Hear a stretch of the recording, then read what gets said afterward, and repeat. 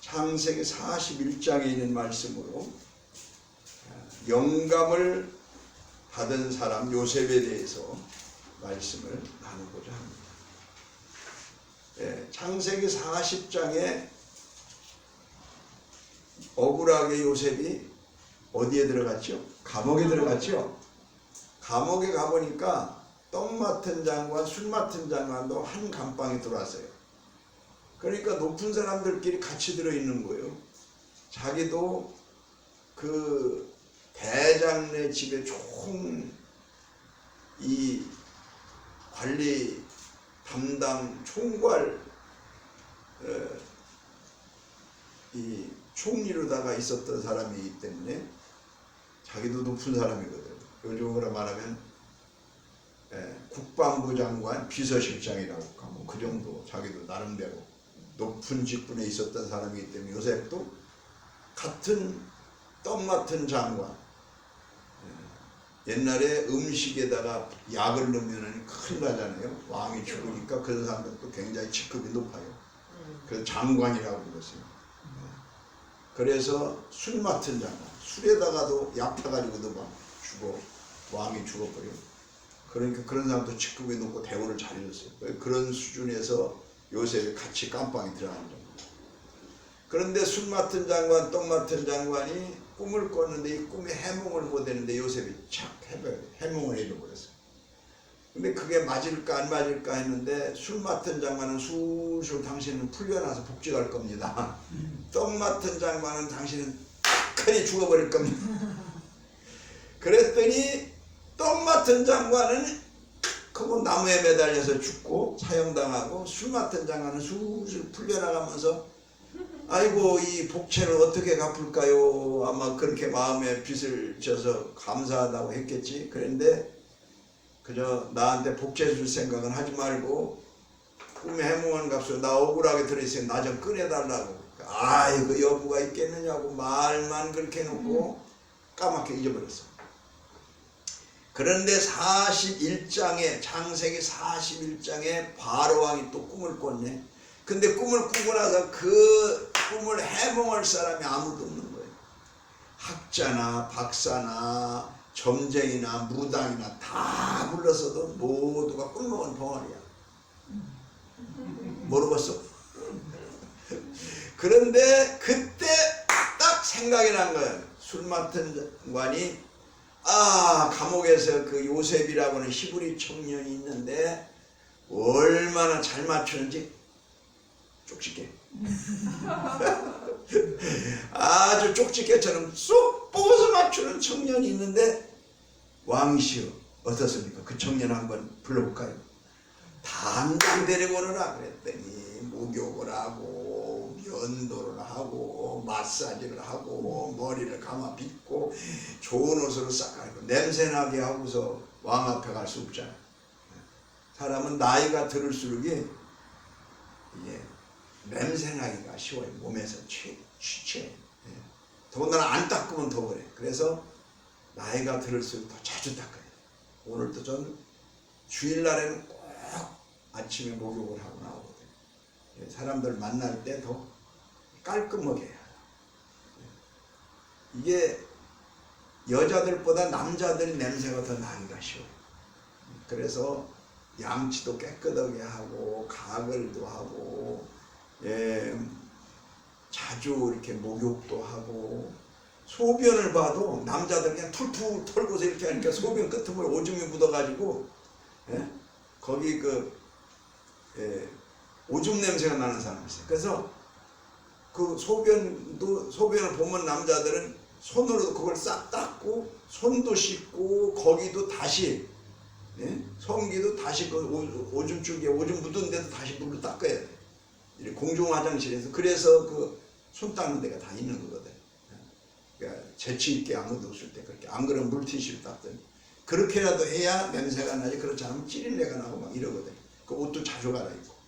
목욕을 얼마나 했겠어요. 옛날인데. 그러니까 아주 싹 목욕 재개를 하고 그러고서 이제 왕 앞에 간 거예요. 새 옷으로 갈아입고.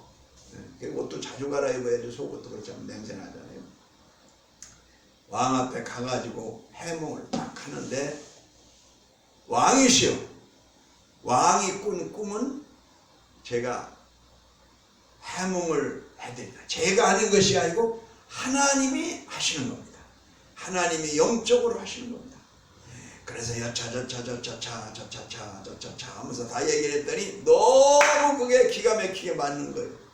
왕의 마음에 쏙 드는 거예요. 그 내용인즉슨 뭐예요?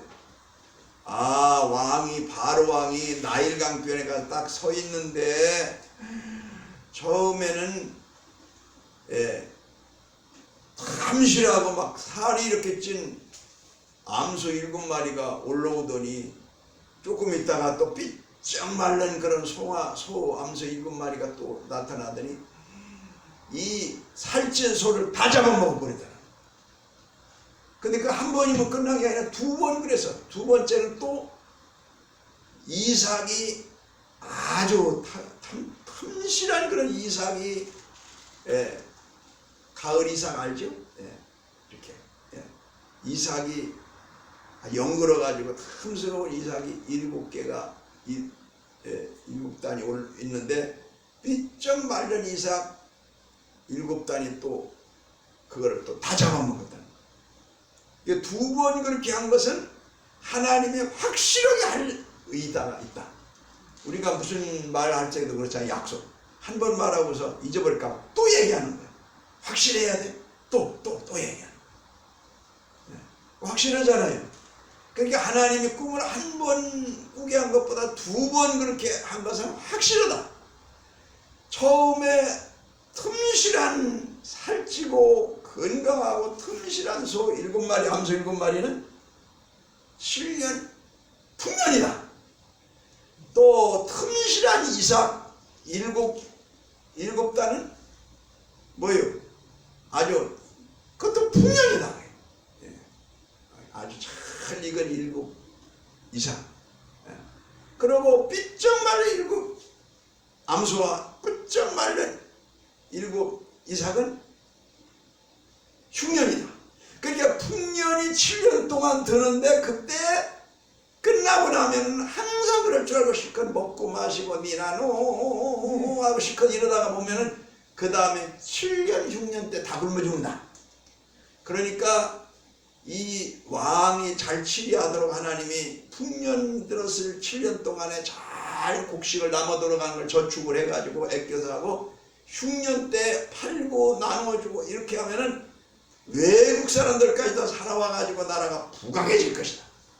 이렇게 했더니 맞았다고.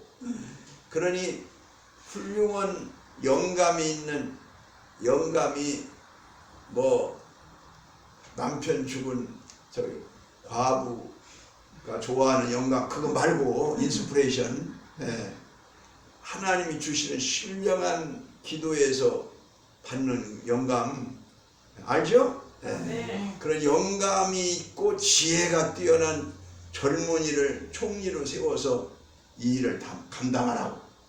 요셉이 내가 그러니까 나를 쓰라고 이렇게 안 한 것도 지혜잖아요.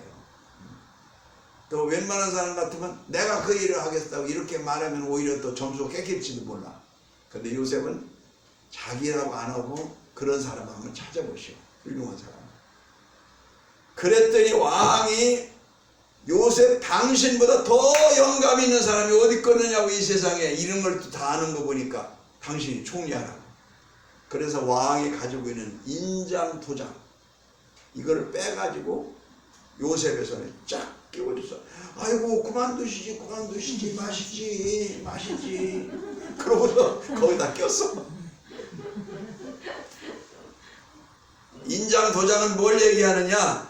누가복음 15장에 보니까 탕자에 비해서 아버지가 아들에게 금가락지를 끼워준 거예요. 아버지는 하나님 아버지고 아들은 우리 하나님의 뜻대로 살려고 하는 저와 여러분인 줄로 믿습니다. 그 금가락지를 끼워주는 건 최고 사랑하는 거예요. 자기가 가장 아끼고 그런 것도 하나님의 사람한테, 믿음의 사람한테 아낌없이 주는 하나님의 은혜인 줄 믿습니다. 그래서 왕이 그만큼 요셉을 사랑한다는 거지. 얼마나 좋아. 이래가지고 황금마차를 타고 막 뚜닥뚜닥뚜닥 행 하고 막 말을 몰고 백마를 몰고 다니면은 모든 백성들은 아이고 총리님 오신다고 엎드려 하고 전부 다 그냥 엎드려가지고서 궁뎅이를 하늘로 깨쳐들고 다 바닥에 엎드리고 옛날에 왕의 행차할 때처럼 이러면서 지시하는 대로 다 하니까 하루아침에 감옥에서 그냥 파리목처럼 죽게 생겼던 요셉이 하루아침에 이렇게 뜨게 된 거야. 하나님이 역사하시면 이런 기적도 일어나는 줄 믿습니다. 네, 하나님이 역사해요. 그래서 하나님은 우리를 모두 사랑하십니다. 나를 지으신 이가 하나님, 나를 부르신 이가 하나님, 나를 보내신 이가 하나님, 나의 나 된 것은 다 하나님 은혜라. 한량없는 은혜, 갚을 길 없는 은혜, 내 삶을 외워 사는 하나님의 은혜, 나 주저함 없이 그 땅을 밟음도 나를 붙드시는 하나님의 은혜. 아멘. 어디 가니까 박수 치더라고.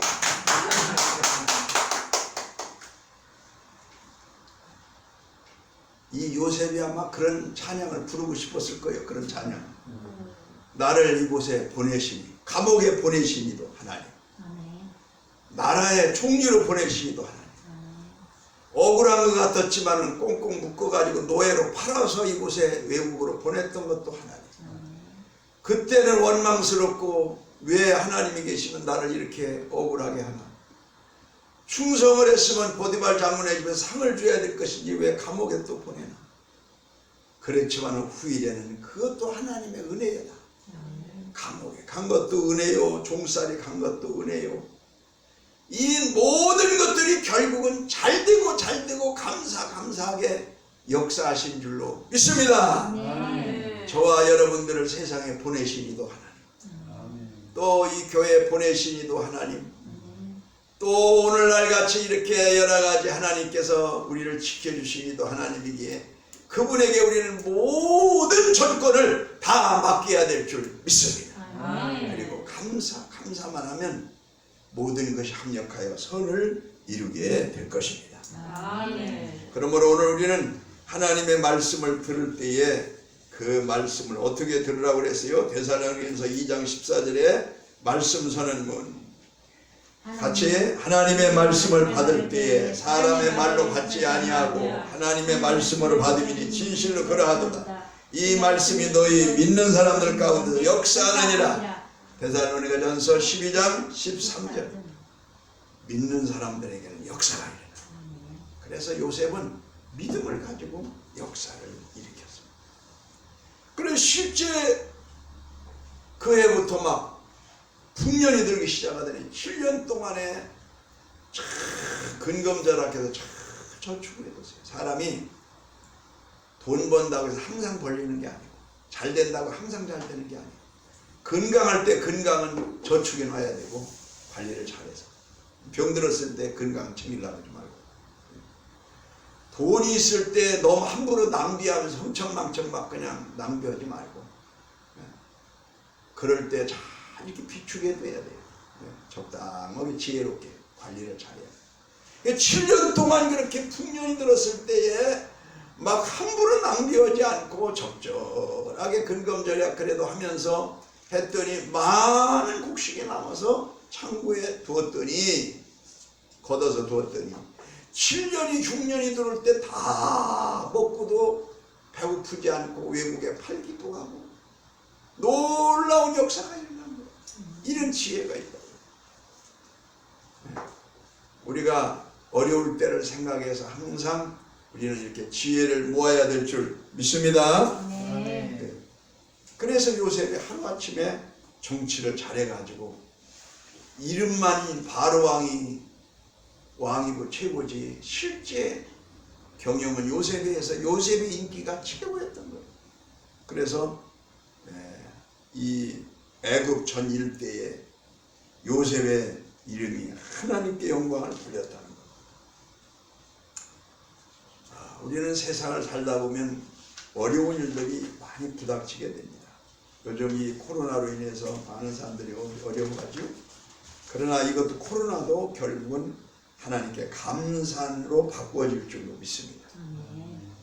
미국에서 다운타운이라는 거리에서 어느 여인이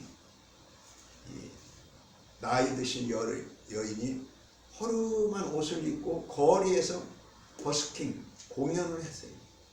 바이올린을 치면서. 이 바이올린은 아주 낡았는데 옛날 거라 그래도 이름 있는 거리에서 1,000,000원 정도의 고가가 나간 거예요. 바이올린. 낡아봐요. 근데 이 허름한 옷차림의 이 여인은 어느 날 멋지게 연주를 하고 있는데 사람들이 모여들어서 박수를 치고 돈도 한 푼 내고 이거 가지고 먹고 사는 거예요. 바이올린 연주하면서. 그런데 어느 남자가 이상하게 생긴 남자가 막 뛰어나오더니 바이올린을 딱 낚아채갖고 도망가는 거예요. 강탈해갖고 하는 거예요. 그거 내놓으라고 이거 없으면 나는 굶어 죽는다고 그랬더니 막 가지고 와서 막 뺏으려고 그랬는데 안 뺏기려고 그러고 이래가지고 바이올린이 다 부셔져 버렸어요. 이 여자는 그 바이올린 가지고 고치려고 그래도 못 고친대요. 이게 부셔지고 깨지고 그래서 이 여자는 참 너무 슬프게 된 거예요. 이래서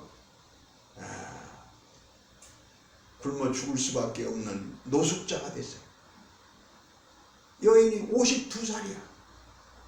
거기에 노숙자가 된 거예요. 이제 얼마 있으면 한갑이 되는 거예요. 그 이름이 에밀리 자몰로카라고 하는 여인인데 이 여자가 그 다음에는 이제 노래를 불러야 되겠다. 그냥 절망하지 말고 노래를 불러야 돼. 바이올린 없으니까 여기 이 목소리는 내가 잘 부르지는 못해도 요거는 아끼니까 요거라도 해야 되겠다. 그래서 그 다음에 바이올린 연주하던 그 자리에서 노래를 부르는 거예요. 다운타운에서 노래를 부르는 거예요. 거리 공연하면서 노래를 부르는 거예요. 그 여자가 이 바이올린이 깨졌는데 노래라도 부르니까 사람들이 감동을 받은 거예요. 허름한 옷차림에 노숙자 그 여인이 노래를 부르면 눈물을 흘리면서 노래를 부르는 거예요. 근데 이것을 알고서 어느 경찰이 취재를 했어요. 그걸 알고서. 왜냐하면 저녁에 노래 부르던 여자가 잠을 그 자리에서 노숙자로 자고 있거든. 그 도대체 무슨 사연이 있는가 그걸 알아봤다가 그거를 그 유튜브에 SNS에 이렇게 올려가지고 많은 사람들이 이 사람을 돕자. 이 불쌍한 여인을. 그래가지고 성금도 들어오고 돕기도 하고 그래가지고 갑자기 유명한 사람이 돼버렸어. 바이올린도 다시 샀어. 집도 생겼어. 그리고 초청받아가지고 막 여기저기 대행사를 할 적에 갑자기 유명인이 돼가지고 초청받아가지고 노래도 하고 바이올린 연주도 하고 이런 놀라운 역사가 일어나. 하나님은 이 사람이 예수를 믿는 사람인지 안 믿는 사람인지 그것까지는 모르겠어요. 그러나 믿는 사람이라면 더 하나님의 역사했을 것이고 안 믿는 사람이라 할지라도 의롭게 살고 믿음으로 희망을 가지고 살고 이렇게 살 때는 하나님은 믿는 자의 하나님뿐만 아니라 불신자의 하나님도 되십니다. 믿는 자에게만 비를 내리는 게 아니라 안 믿는 사람에게도 비를 내리고 햇빛을 골고루 주듯이 온 세상에서 씨를 뿌린 대로 거두리라고 그랬으니까 이런 놀라운 역사가 절망 속에서도 희망을 잃지 않고 인내를 가진 사람에게는 반드시 좋은 일이 있게 될 줄로 믿습니다. 왜냐하면 하나님은 살아계신 하나님이기 때문인 줄로 믿습니다. 그래서 이런 아름다운 소식이 세계적으로 이 소문이 퍼졌어요. 참 놀라운 현상이죠. 오늘 이 요셉이 정말 형들에게 미움을 받아가지고 죽을 뻔했다가 노예로 팔려가지고 은 20냥에 보디발 장군의 집에서 화장실 청소부터 해가지고 거기에 총리가 됐다. 총리가 억울하게 누명을 쓰고 다시 또 감옥에 들어가고 이런 것이 다 어려운 것 같은데 그런 것이 하나 터널과 같아서 터널이 지나고 나니까 짱 하고 했던 날 국가의 총리가 된 거예요. 그러니까 우리는 어떤 어려운 환경 속에서라도 절망하지 말고 왜 내가 이렇게 믿음으로 의롭게 살려고 그러는데 왜 이렇게 나에게 이런 일이 생기나 이렇게 절망하지 말고 믿음으로 살고 의롭게 살면 하나님은 반드시 후일에 좋은 역사로 합력하여 선을 이루게 하실 줄로 믿습니다. 아멘. 그러므로 오늘 하나님께서 우리에게 코로나의 고난 속에서도 경제의 어려움 속에서도 환경의 어려움 속에서도 개개인의 어려운 문제들도 다 십자가 밑에 내려놓고 주님만 바라보며 우리는 오늘 이 세상을 떠나도 천국 갈 수 있잖아요. 소망을 가지고 하나님의 은혜를 십자가의 은혜를 믿으면서 살 때에 우리 주님은 반드시 잘되게 하시고 복되게 하실 줄 믿습니다. 아멘. 불평하고 원망하지 말고 감사해야 돼요. 감사 예수 감사 예수 감사 예수 내 맘에 감사 예수 감사 예수 감사 예수 내 맘에 우리가 환경적으로 모든 면에서 감사하지 못하고 불평스럽고 힘들고 어려운 일을 믿음의 눈으로 바라보면 말씀으로 바라보면 감사하는 것을 바꿔줍니다. 그러면 그 사람은 내 믿음대로 될지어다. 이렇게 역사가 일어나는 한 주간 여러분이 되기를 예수님의 이름으로 축원합니다. 할렐루야.